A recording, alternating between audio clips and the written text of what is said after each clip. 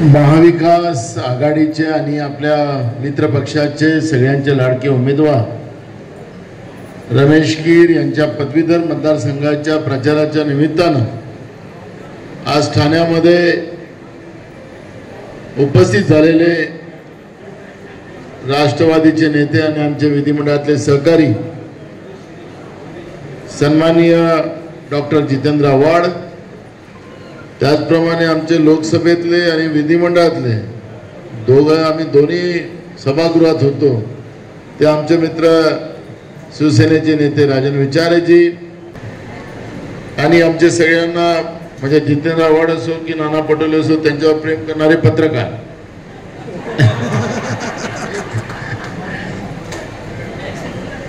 आणि इकडे संजय राऊत।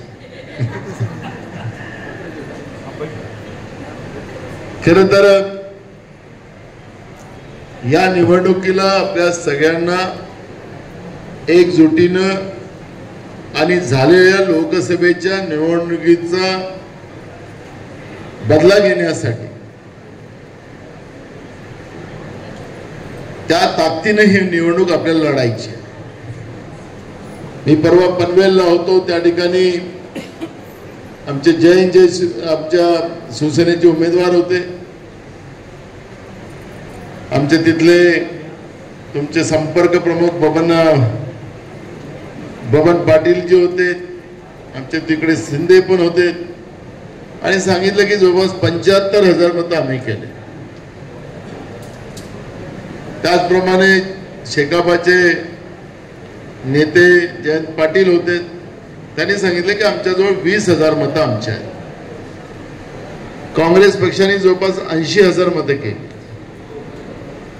आताच आमचे राष्ट्रवादीचे तरुण मित्र ते सांगतात की आम्ही 12,000 मतं 22,000 मतं आम्ही केली। टोटल लावली तर किती होतील?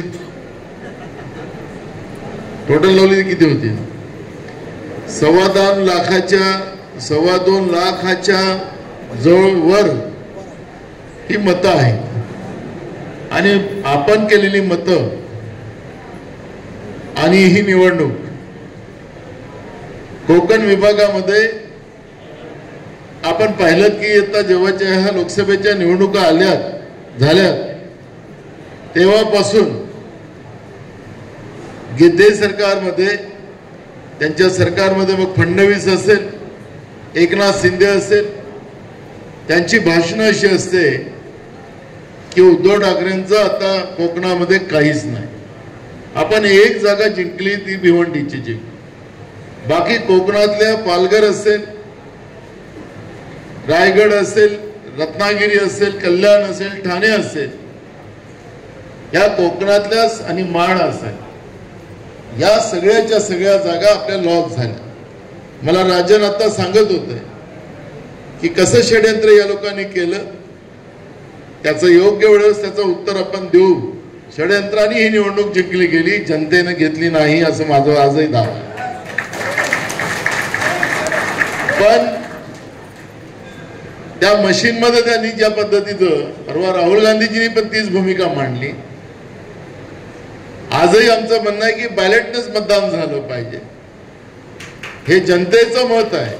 हे काही शिवसेनेचं, उद्धव ठाकरे साहेबांचं आहे किंवा शरद पवार साहेबांचं की राहुल गांधीचं मत नाही आहे, हे या देशाच्या जनतेचं मत आहे। आमच्या संविधानामध्ये आम्हाला तीच भूमिका दिली, आमचं व्यक्ती स्वातंत्र्य, आमचं मत हे गुप्तदानाने आम्ही करतो आणि हे मत मला वाटतं की माझं मत मी ज्याला मारलं त्याला जाते की नाही हा अविश्वास निर्माण होणंच म्हणजे माझ्या व्यक्ती स्वातंत्र्यावर घाला आहे। एकदम साधा आणि सरळ भाषा, संविधानामध्ये तीच भूमिका मांडलेली। या देशातल्या तमाम लोकांनी, जनतेने, सिव्हिल सोसायटींनी सातत्यानं आंदोलन केले, सांगितलं की आम्हाला आमचं बॅलेटनं मतदान करा। जगातले अनेक देश आहेत, या देशांनी सुद्धा, मग अमेरिका असेल, जापान असेल, अशा प्रगत देशांनी सुद्धा बॅलेटवर मतदान घ्यायला सुरुवात केली, भारतात का नाही? पण मी तुम्हाला सांगतो की षड्यंत्राने ही निवडणूक जिंकली असेल, मशीनने जिंकली असेल, पण आता आपली निवडणूक ही बॅलेटवर आहे। आता खरी परीक्षा आपली आहे. आता या परीक्षेमध्ये जनशक्ती मोठी की धनशक्ती मोठी? कारण की आताच्या लोकसभेमध्ये दोन्ही गोष्टी झाल्या. षड्यंत्राने निवडणूक जिंकली गेली, धनशक्तीचा मोठ्या प्रमाणात वापर झाला, प्रशासनाला त्याच्यामध्ये वापरलं गेलं होतं. ते उघड्या डोळ्यांनी आपण पाहतो. नाहीतर राजन विचारे हरायचं कुठं कारणच नव्हतं. रत्नागिरीची आमची विनायकरावची जागा मी हरायचं कुठं कारणच नव्हतं. म्हणजे आपण सगळ्या जागांचं अगर विश्लेषण आपण कोकणातला केला तर त्या ठिकाणी आपण मान्य करू की धनशक्तीचं आणि षड्यंत्रांनी ही निवडणूक जिंकलेली असं आपल्याला पाहायला मिळेल. पण आताचं हे मतदान आपण तयार केलेलं आहे. हे सुशिक्षितांचं मतदान आहे, ग्रॅज्युएट पोस्ट ग्रॅज्युएट झालेल्या लोकांचं मतदान आहे. आणि म्हणून उद्धव साहेबांनी परवा पण म्हटलं की ही या निवडणुकीमध्ये लोकसभेमध्ये आपण कोकणामध्ये ज्या पद्धतीने आम्हाला आरावं लागले हे आमच्या जिव्हारी लागलेलं आहे. हे परवाच उद्धव साहेबांनी म्हटले आहे.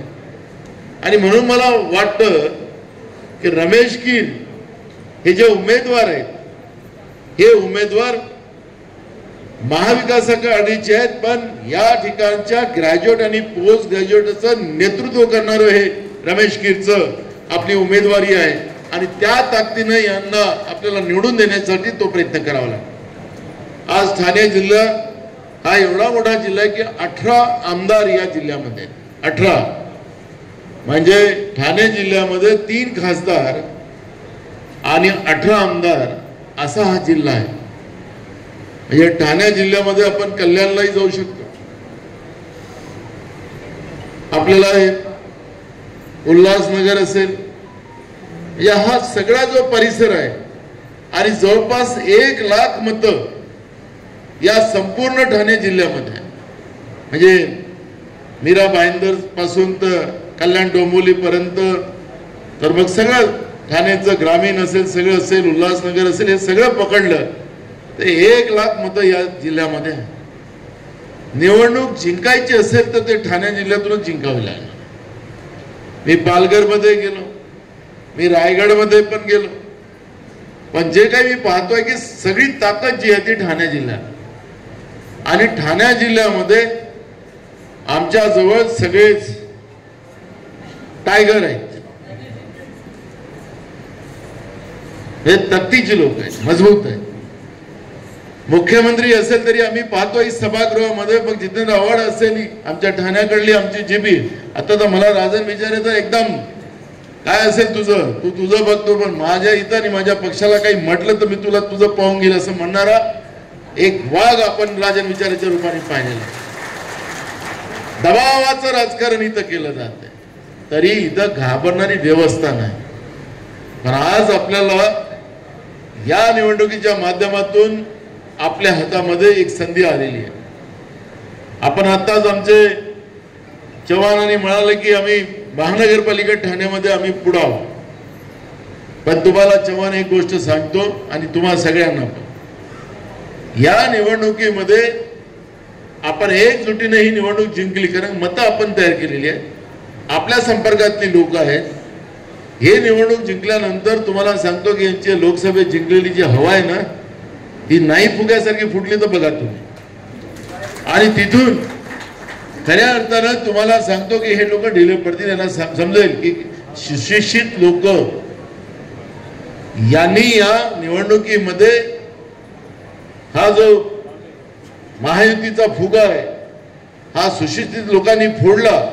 हा मेसेज या निमित्तानं गेला तर येणाऱ्या महानगरपालिका असतील, येणाऱ्या जिल्हा परिषद पंचायत समित्या असतील, नगरपालिका असतील किंवा विधानसभा असतील, या सगळ्या निवडणुकीवर या निवडणुकीचा परिणाम होणार. हे निवडणूक फक्त इथपर्यंत काही नाही, कारण सगळ्या निवडणुका लागलेल्या, सगळ्या निवडणुका लागलेल्या. हे निवडणूक आतापर्यंत होणाऱ्या निवडणुकीसारखी नाही आहे. मुंबईमधल्या दोन्ही जागा आपल्याला जिंकायच्या, तिथं आम्ही पूर्ण टीम लावली. नाशिकमध्ये तीच परिस्थिती आम्ही केली की पूर्ण टीम लावून, कारण की ह्या 4ही जागा विधान परिषदेमध्ये महाआघाडीसाठी सगळ्यात महत्वाच्या. आणि म्हणून आम्ही ज्या पद्धतीने हे सगळं टीम महाविकास आघाडी बनवून आम्ही करतोय, पवार साहेबांचं आज माझं सकाळीच बोलणं झालं, सकाळीच उद्धव साहेबांशी माझं बोलणं झालं आणि ह्या सगळ्या गोष्टीचं प्लॅनिंग अजून 2 दिवसानंतर महाराष्ट्राच्या विधानसभेचं अधिवेशन सुरू होईल, तिथेही निवडणुका लागलेल्या आहेत, त्याची तयारी कशी करायची त्याच्यावरची चर्चा करायची आहे. पण माझं आपल्याला एवढंच आग्रह आहे की या सगळ्या परिस्थितीमध्ये आता कोकण पदवीधर मतदारसंघ, मुंबईची निवडणूक, तिथं आपले मित्र आहेत, आपले मैत्रिणी असतील, त्याला त्या ठिकाणी फोन करून मतदान करायला आपल्याला बाध्य करावं लागेल. नाशिकमध्ये असेल तिथं आपल्याला सांगावं लागेल आणि आपल्या भागामध्ये सुद्धा त्या पद्धतीची तयारी आपल्याला करावी लागेल. इथं कार्यकर्ते पण आहेत, तिथून मतदाता पण आहे, नेते पण आहे आणि म्हणून आपल्याला सगळ्यांना, कारण की ही निवडणूक आपण पाहतो की मोदीच्या नावानं या लोकांनी मत मागितले, एकनाथ शिंदेच्या नावाने मत नाही मागितलं या लोकांनी, यांनी मोदीला मतदान द्या असं म्हटलं. मोदी तर एवढे विद्वान आहे की मोदी जे गाझिया पट्ट्यामध्ये युद्ध चालू होतं ते मोदीने थांबवलं, पण देशामध्ये पेपर फुटी होते नीटची, ते नाही थांबवत आहेत.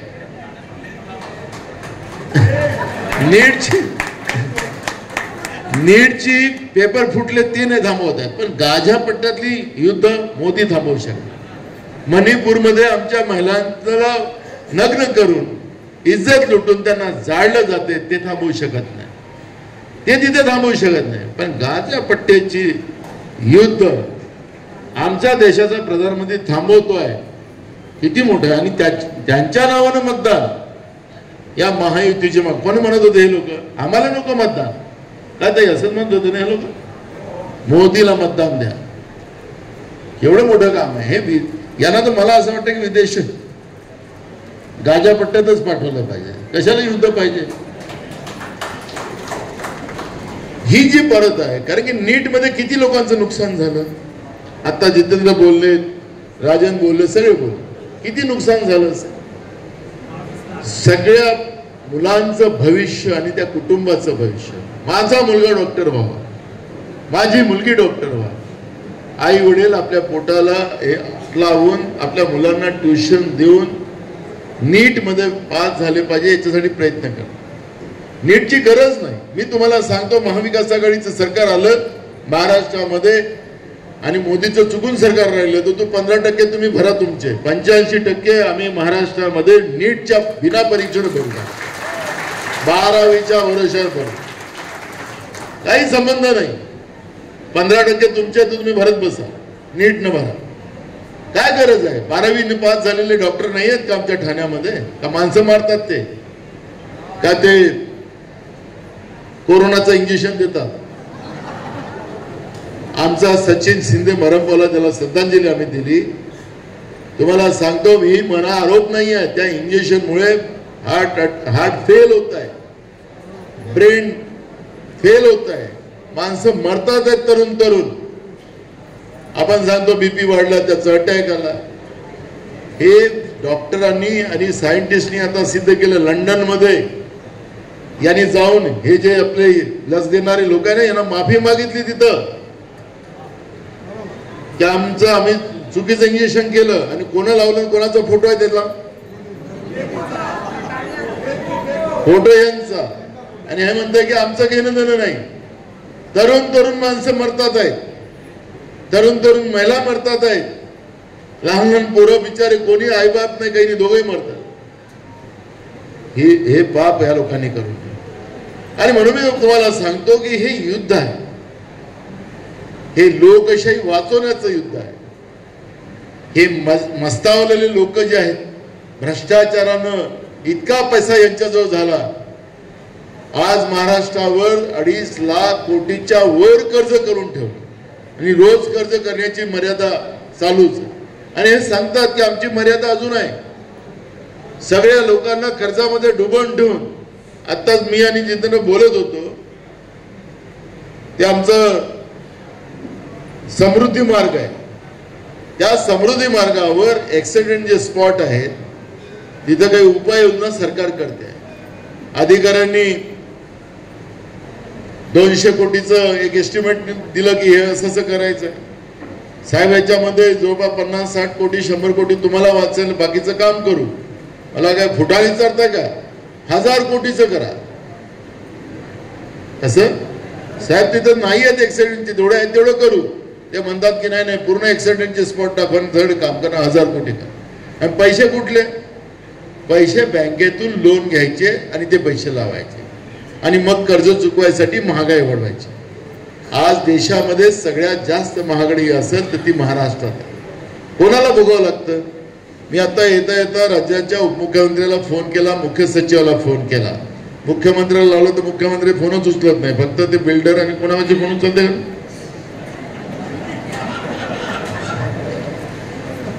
उपमुख्यमंत्र्याला फोन लावला, त्यांनी उचलला. मुख्य सचिवांनी फोन उचलला, त्यांना सांगितलं की महाराष्ट्रामध्ये पोलीस भरती चालू आहे, 17,000 जागा भरायच्या आणि 17 लाख मुला मुलींनी अर्ज केले. हे जिल्ह्याच्या ठिकाणी ग्रामीण भागातून पोरं आली. या जिल्ह्याच्या ठाणे जिल्ह्याच्या पोरानं दुसऱ्या जागेला आपला स्कोप मिळतो म्हणून तिथं जाऊन भरला. राहायला जागा नाही, गरीबाची पोरं कुठं बस स्टँडवर झोपलेत, कुठं रेल्वेच्या याच्या झोपलेत आणि तिथं ते पावसामध्ये पोरांना धावत आहे. मी त्यांना सांगितलं की तुम्ही घेता घ्या. आम्ही सांगितलं की पावसात कशाला घेताय, पहिले का नाही घेतलं? त्यांनी घेतलं. तुम्ही त्यांना राहायची व्यवस्था करा. मी त्या फडणवीसांना सांगितलं आणि मुख्य सचिवाला सांगितलं, हे राज्यातले आमचे तरुण आहेत. साधी कोतवालाची भरती झाली तर ग्रॅज्युएट पोस्ट ग्रॅज्युएट मुलं त्या कोतवालाच्या भरतीमध्ये आली. शिक्षणाचं शिकलेल्या मुला मुलींची काय अवहेलना हे लोक करतात. महाराष्ट्र बेरोजगारांचा महाराष्ट्र निर्माण केला आणि आज त्याच शिक्षकांचा विषय आपण काढला की 2021चं जे शिक्षण धोरण केंद्र सरकारने आणलं, ज्याचा उल्लेख आता आमच्या आव्हाड साहेबांनी केला आणि माडमध्ये जाऊन हे मनुस्मृती जाळली. त्यांना 2021च्या धोरणाच्या जो केंद्र सरकारने नरेंद्र मोदीचं जे धोरण आणलं शैक्षणिक, त्याच्यामध्ये मनुस्मृती यांना पाठ्यपुस्तकात आणायची, शाळा बंद करायची, आमच्या गरिबाच्या शेतकऱ्यांच्या मुला मुलींना शिक्षणच मिळू नये अशी व्यवस्था करायची. राज्यामध्ये जवळपास 30,000 शाळा बंद करायच्या जिल्हा परिषदचा निर्णय घेतला. एकीकडे बेरोजगारी वाढत चालली, शिक्षक शिकलेले आहेत, त्यांना नोकऱ्या नाही. प्रत्येक ठिकाणी म्हणजे उद्या तुम्ही शिकूच नका आणि गरीब होऊन जा, म्हणजे गुलाम म्हणून आम्हाला वागता येईल ही मनुस्मृती आहे. महिलांचं तर आहेच, जे सांगितलं ते, त्याच्या पलीकडे अजून आहे खूप साऱ्या गोष्टी. ते बोलू शकत नाही तुमच्या समोर आणि बोलण्याचं लाईक आपलं ते बोलता येत नाही आपल्यासारखं आपण, कारण की आपण पुरुष आणि महिला या दोघांनाही समान मानणारी लोक आहोत. शाहू फुले आंबेडकरांचा विचार मानणारी आपण लोक आहोत. पण या लोकांना काही घेणं देणं नाही आणि म्हणून अशा या परिस्थितीमध्ये आपल्याला सगळ्यांना ही निवडणूक महत्वाची आहे. ग्रॅज्युएट पोस्ट ग्रॅज्युएट मतदाता या ठिकाणी मतदान करणार. मला राजनजी सांगत होते की आता त्यांनी शाळा कव्हर करून घेतल्यात, प्रिन्सिपलसाठी वेगळा कार्यक्रम, पॅकेट वजनासहित, मुख्याध्यापकासाठी वेगळं पॅकेट, त्याचं वजन वेगळं, अशा पद्धतीचं काम सुरू झालेलं आहे. मला मी सांगतो की मी आणि जितेंद्र आम्ही अनेक वर्ष या विधिमंडळात काम करतो.